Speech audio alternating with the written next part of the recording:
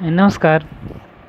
एक खास कविता है जिसके लेखक हैं हुडहड़ मुरादाबादी। ठीक है, सबसे पहले देखते हैं हास रस क्या है।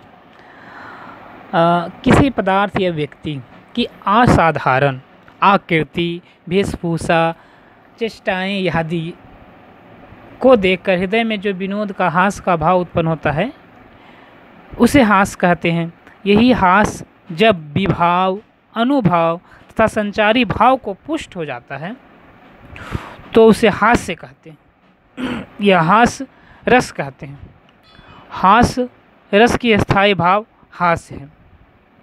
भरत मुनि के अनुसार हास रस की परिभाषा दूसरे की चेष्टाओं के अनुकरण से हास उत्पन्न होता है तथा उनकी अस्मित हास या अतिहसित के द्वारा व्यंजित होता है। ठीक है, तो एक उदाहरण है हास रस के। तंबुरा रे मंच पे बैठे प्रेम प्रताप, साज मिले 15 मिनट घंटों भर आलाप। घंटों भर आलाप राग में मारा गोता, धीरे धीरे खिसक गए सारे श्रोता। कहे काका सम्मेलन में, काका हादसी इनके लेखक हैं, तो कहे काका हादसी सम्मेलन में सन्नाटा छाया, श्रोताओं में केवल हमको बैठा पाया।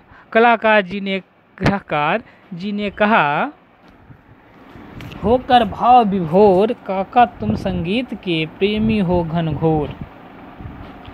प्रेमी हो घनघोर न हमको सत्य छिपाया, आपने बैठे रहने के कारण बतलाया। कृपा करे श्रीमान मंच को छोड़े पीछा, हम तो हम घर ले जाएं अपने फर्श गलीचा। ठीक है,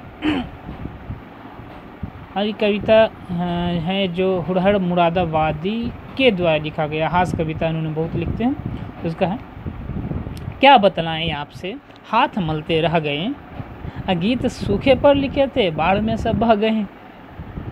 भूख महंगाई गरीबी इश्क मुझको कर रही थी। भूख महंगाई गरीबी इश्क मुझसे कर रही थी। एक होती तो निभाता, तीनों मुझ पे मर रही थी। एक मच्छर खटमल और चूहे घर मेरे मेहमान थे। मैं भी भूखा और भूखे ये मेरे भगवान थे। रात को कुछ चोर आए, सोच कर चकरा गए। हर तरफ चूहे ही चूहे देख कर घबरा गए।